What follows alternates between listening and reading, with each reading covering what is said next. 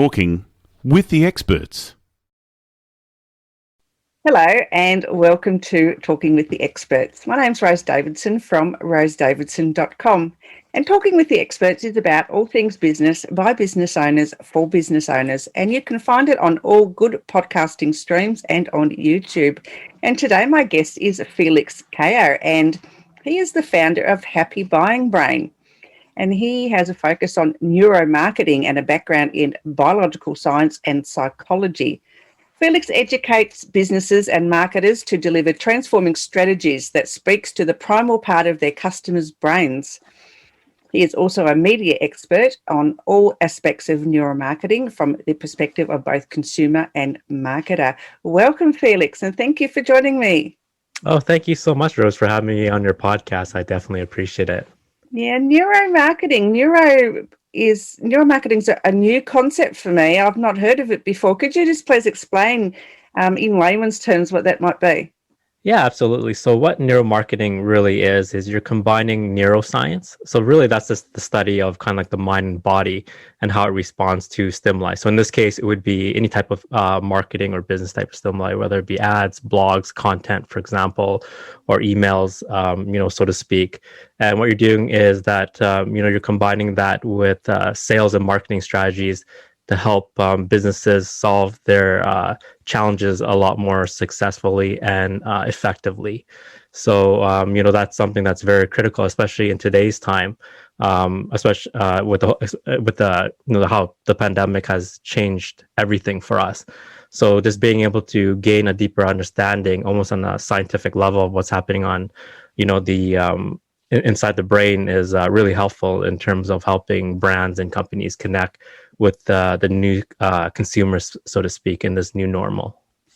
Yeah, the new normal. I think that's going to be with us for forever now. I think we're all more online based, and I think that's just going to continue on. I don't think in the foreseeable future, as far as I can see, that we're going to be, face to facing anytime soon. And if we do, it'll be, very structured and very minimal, I guess, to, avoid infections and all sorts of other things. But, the world's come a long way just in 12 months as far as the digital world is concerned, because a lot of people didn't take advantage of it until the pandemic hit and everyone was in lockdown. And so they all decided, Zoom's a really good thing to do, or, Exactly. any of those other streaming platforms. So, it's really, it's changed how we do business. 100%. Definitely agree with you on that. And, there's a lot of people out there that even mentioned that due to the whole pandemic, it has accelerated, the whole digitization of businesses, up to 5 years or faster. So what we're seeing today is supposed to happen maybe 5 years down the road in 2025. So as you mentioned, that what's happening around the world has caused businesses to migrate more into the online world, to connect with their audience, and to also find a way to do business effectively as well. So as well as the in-person meeting, yes, it'll be definitely more structured, kind of like what we're experiencing today around the world. So, with online meetings, it allows people to, or doing business online, it allows people to meet people, that a lot of people would not normally have the opportunity to connect or even think about capitalizing on those particular routes of communication.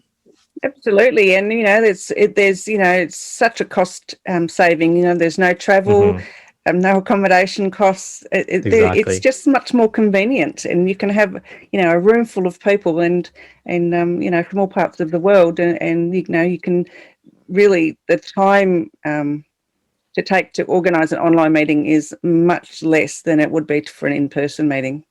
Oh, absolutely. It's so much more simpler to gather people to join, let's say, a video conference call, and to rather than to have, a big sort of event, right, where there's a lot of logistics that play into that as well. So, it definitely removes the barriers in terms of having the opportunity to connect with people throughout the globe. Yeah. So, through the challenges of 2020 and moving forward, a lot of consumers are definitely tightening their wallets because, there's just not that money to be spent. So how can, as a marketer, can we change what we do to better offer a service or a product that reaches, our primary market? That's a good question, Rose. So the way that, one way to think about it is to really consider what, let's say, a brand is, for example. So a brand really is, it's a verb, or let's say an emotional state, right? So what it is right now, when we look at when people are operating in this new normal here, a lot of people are operating in a much, hyper intense state of uncertainty, for example. Anxiety is certainly there. There's certainly a lot of fear as well, even panic. So now brands, what they have to do in order to connect much more effectively and authentically with the transformed consumer, is to figure out now how do they create their brand messaging that allows them to alleviate a lot of those fears and anxieties and stresses, to bring them from a state of really high uncertainty to one that's where they feel safe and calm, and they build a sense of familiarity and likeness with the brand there. So that's really key, over the last 12 months. And as we continue forward into the future, that brands find ways to, to position themselves to kind of be that safety net, and to connect with them on that level, so that when the consumer is in possession of that brand's product or service, then it takes them back to a place where they feel like really, really safe, and and allows them to transform to be the best version of themselves as well. Yeah, but one of the things, although the digital world is great, but now there's so much noise out there. How do we swim through all that? That's a good question. So the brain is, what it does is, one of the main purposes of the brain is actually designed for threat detection, for example. So obviously, that plays in our role in survival.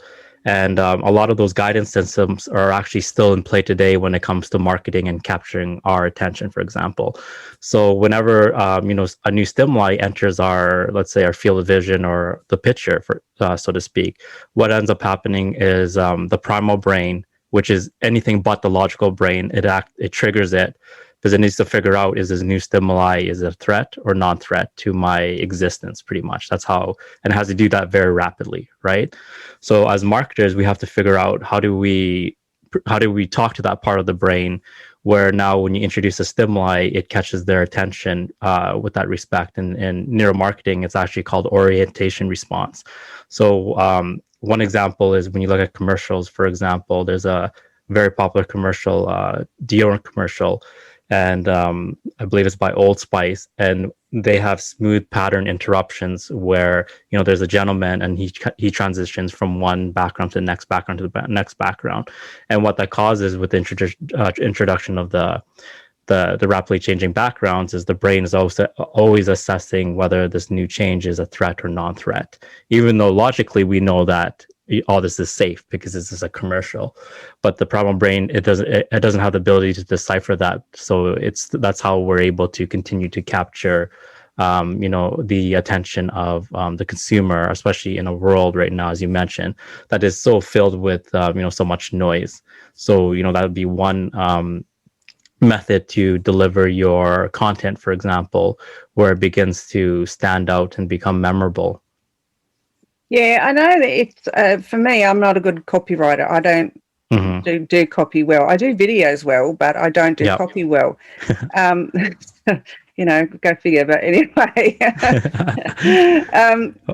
copywriting is a hard skill, right? Like it takes a lot of talent, for sure. I find it really challenging. I just to get the right words out. I mean, I can speak them, but I can't write them. And a lot of people still like the written word rather than looking at something, because they more often trust the written word than they do a visual. So, how can we mix the two together so that we're getting actually our message out there to the right people? Yep. So that's a good question. So obviously, when it comes to, let's say, click-through rates, we want people to, let's say, actively more engaged with that particular piece of content or with that call to action. Then the primal brain is guided by several primitive instincts, and one of them is to, once again, safety and security are, two of the six primitive instincts. So using words that trigger that part of the brain or the primal brain, such as using words that say danger or avoid. Those are ways there that could really capture the primal brain of the consumer, so that they start engaging with the let's say that particular call to action or that particular link that you want them to click on. Because in neuromarketing, there's something called the loss aversion bias, which people experience. 2 times the amount of pain losing something as opposed to gaining the same thing. So that's why something of using words of that nature will begin to trigger the primal brain, because it starts to figure out, is this thing truly a danger, or should I really avoid this? And then obviously, as you mentioned, the copywriting part and the creativity flows after that to really entice the consumer to take that call of action. Yeah. So, in past marketing, they advocate for using the scarcity model. So if you're offering a program or a product for sale or a service, an enrollment, say, so they're still saying that use the scarcity model rather than make it a no-brainer. Exactly. Well, that's the common, that's the thing, is like the fear of missing out is always going to be present, right? Like this back in, our ancestral days. That's why the whole idea of getting kicked out of a tribe is really detrimental to someone's survival. So in that sense, that fear of missing out of belonging to that group, for example, is going to be key to that person's survival. And when we're running around the desert, so to speak. So a lot of those principles today still apply. So it's almost like if it's a limited time offer or something of that nature, then it's something that particular person would be missing out on if they just decide not to participate in it. Very similar if somebody, thousands or millions of years ago decides to not participate in that group activity as well. Yeah. That makes heaps of sense. But how is someone like myself who's not good at copy and as a generous of heart, how can we turn our own marketing or our own words to stop the FOMO? Well, that's the thing, is like, well, the good thing is with the internet, as you mentioned, is that we're always in connection with people who are great at what they do. So there's very few people that could actually capitalize on full opportunities for themselves, right? Because then we'd be masters at everything, so to speak. So the best thing is when you're working with, there's things that you feel like could complement your skill set, for example, then that's going to be important to actually partner up with people where you feel that you provide an exchange of value in that sense. So if somebody feels that, that they need that extra help or so forth, then that's when that actually partnering up with somebody who's really good at it will be a big difference maker in terms of the business.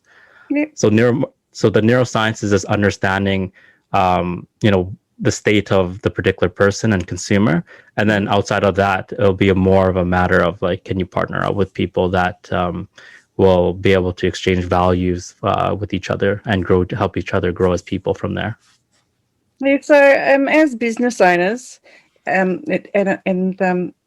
can we, I know we've covered it in previous comments. I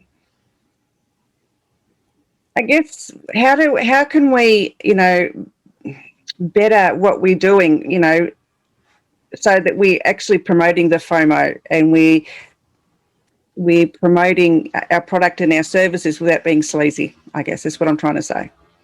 Yeah, so the thing is, I think, is this being able to understand what people want at that time. So there's, as you mentioned, without being salesy or without coming across too strong, is this figuring out, does your product and service really serve that particular demographic, or is it something that is kind of being forcefully pushed onto that, let's say that the audience, for example. So once again, that comes into line to understand the consumer or the ideal customer avatar. So right now, let's say if a company is looking to connect today and they're just pushing out how the features and benefits of their brand, but not understanding that their consumer is in this kind of scarcity mindset or even in a frightened mindset, then there's going to be a huge disconnect. For example, let's say that, but they have a competitor in their field now that is able to, let's say, have in their brand messaging, let's say in their ads, where now they're looking to, let's say, the core messaging lies around nostalgia. So that's the difference that's going to help, let's say, the consumer understand that, by owning or purchasing this particular brand, they're going to be taken to a place where they feel a lot more safe, assuming that they had a good childhood. So this, the company A is pushing, the features and benefits of how great their product really is, and then you have the company B. Now their core messaging is totally different from that, and it revolves around, the ideas of security, safety, relationships with, let's say, the loved ones that you had around you when you're young, and that's when the connection becomes a lot stronger based on the core branding of, or the brand core messaging that's based around, the concept of nostalgia. Yeah, so I guess imaging, graphics have a big part to play in this neuromarketing. Oh, 100%. Because the brain actually processes images up to 60,000 times faster than text. So actually the brain, the way it's structured, and we call it bottom-up processing. So at the very bottom, you have, your primal brain consists of your reptilian brain or your physical brain, and that's, involved in your fight or flight responses. As you know, it's fast, automatic, reflexive. And then moving up from that, your midbrain that deals with more of your emotions and social situations. And then finally, what you do is, and then migrating from there is everyone's familiar with your cortex, which is your more rational and logical part of the brain. So that, so when information moves up from the bottom, starting with your lower parts of the brain, eventually ascending into your midbrain, and then the last part of your brain to receive information is your logical brain. That's actually where the text gets, when we're reading words, gets processed, the majority of it. Whereas when it comes to a picture, that actually gets processed a lot earlier in terms of how the brain processes the information. So that's going to be key in terms of delivering, the messaging really quick, because the brain is what we call a cognitive miser. So it's really lazy, right? And it has to be like that because back in, evolution, the brain takes such a huge amount of energy to process information that if we're thinking all the time, hundreds of or thousands of years ago, that would totally be a huge drainage on our glucose or on our energy, for example. So that would definitely decrease our chances of survival. So that that's something that what we call processing fluency, something that's very easy to grasp, so that the brain doesn't expend all that energy to actually understand what it is or the new stimuli that it's seeing. And we see that mistake a lot, where a lot of people just simply write too many words, for example. And then even though it would totally make sense logically, but the primal brain is really the first, part of the brain to really assess the stimuli. So if it doesn't really get past that stage, then, we see how easy it is for people to lose attention, because in today's time, our attention span apparently is less than that of a goldfish, so less, 7 seconds or less. So that's very important in terms of not only catching people's attention, but then also how do you package your core messaging, so then the brain wants to continue to to process it. Very similar to copywriting, for example. Like the whole point of writing paragraph 1 is to get someone to read paragraph 2. So if we skip to paragraph 3 without considering the content that was written in paragraph 1 or 2, there's a chance that paragraph 3 may not get read, right? Absolutely, yeah. Okay, so is it possible, and this is a little bit of an out there question, is it really possible to promote a product or service with a graphic or image alone without any words at all? Would people actually get the gist of it? Would the brain be able to compute what that product or service was? It depends, because what it really depends on is the brain is really a prediction and an association machine. So that image itself needs to be able to contain, let's say, other content within it, where if someone sees it, then they would be able to associate it with some sort of particular brand. For example, if you had a check mark, everybody knows that that's very popular with Nike, right? So, Yeah. so that's the idea of like, in terms of, let's say, having an image, what's found inside that image without any real writing, for example. So, that would be absolute key to see how those the creatives are actually put together. Yeah, that makes perfect sense. I just thought I'd put that out there, but it was a silly question, but it was worth. But that's a good question, because that's the most simplest way to get something across to people, where not only is it an image, but also the content within it are ones that people can identify with right away. Yeah. So that makes it easier on the brain to process. Yeah, and we have to make the brain not work so hard. Exactly. I think this through evolution, that's just the way that we're designed. So yeah, we're just being able to understand it better, and then making sure that the marketing and the businesses are able to translate their marketing campaigns so that connects with the brain has so much to do these days anyway. Who's got time, really? I mean, if I don't get anything in, like, I think you've got 4 seconds to make up your mind whether you're going to like something or you're not. So it really doesn't give you a lot of time. Yeah, it's actually really short. Like, there's I read an article actually, and it's actually the first impression is usually made about 50 milliseconds or less. So it's really that quick. So that's why the primal brain, it operates at a speed that that usually bypasses the consciousness. So like, for example, let's say that we're walking outside and we just open the door, for example, and all of a sudden we see we see something lying on the ground that's the shape of, let's say, a stick. So what ends up happening is our heart starts racing, for example, and we think it's that, and our body physiologically, it starts to panic and thinks that's a snake. But then a second later, our logical mind kicks in and goes, "Oh no, that's only a hose." So it just shows us the power of the primal brain and how it processes information. Because if it was actually the logical part of the brain that processed information first, we would automatically know that that was a hose sitting there, and that there would be no reason for our body to have to go into a fight or flight mode.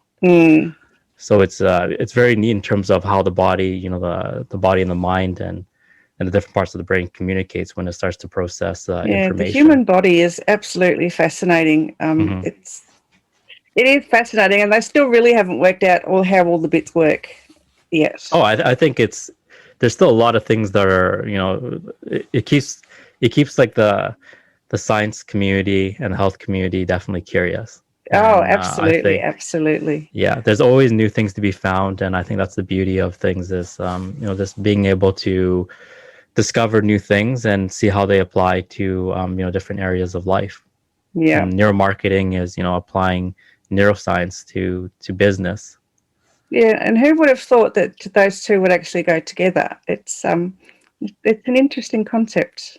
It is. It's because when we think about business, it's, of course, there's facts, data, and figures and things of those natures, but we don't think about in a sense where is there a scientific or even an evolutionary connection to what's really going on, or to our behaviors in terms of when we go shopping, for example. But just running through some of the examples of our evolutionary past, there, a lot of our behaviors are still influenced by how our ancestors acted to ensure their survival, thousands or millions of years ago. Yeah, I know there's a lot of research on, consumer behaviour, which is, a science in itself. So I guess what you're doing with neuromarketing is goes hand in hand, I suppose.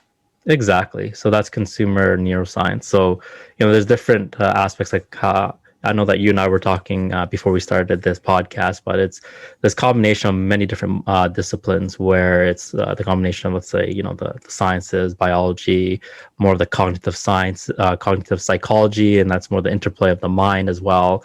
And then when you move that into the business world, then there's things to look at, like, behavior economics, for example, and then consumer neuroscience. So there's this nice combination of all these different facets of disciplines that come in together that really have a big impact in terms of the business world. Yeah, absolutely. So, Felix, tell me where people can find you to get some more information. Yeah, absolutely. So the best place to find me would be on LinkedIn. So that's where I post most of my content, for example. Just search Felix Cao into the search bar, and I'm more than happy to connect with people on there. Also, feel free to visit me on my website at happybuyingbrain.com. And also have a blog there as well where I post, regularly, and feel free to subscribe to keep up with the latest developments and news in the neuromarketing world. And there's also the contact form as well. So feel free to Excellent. send a message through the contact form. But LinkedIn would be the number one go-to place to connect. Good. And what wise words have you got before we finish up today? You know what? I think stay together right now. Stay safe and stay together. I think just being able to encourage each other and be supportive, especially as we make this transition into pretty much the unknown. Nobody in our lifetime, at least, has dealt with what we're dealing with right now. But the thing is to know that you're not alone, and that there's people out there to support you is absolutely crucial in terms of overall health. Absolutely brilliant advice. Absolutely. Thank you very brilliant. much. And I couldn't agree more. All right, Felix, thank you so much for your time today. And I will go and check out the website and subscribe to your blog. Thank you so much, Rose. Well, thank you for having me on your podcast. I definitely appreciate it. This was excellent. Right. Okay, bye-bye for now. Bye-bye.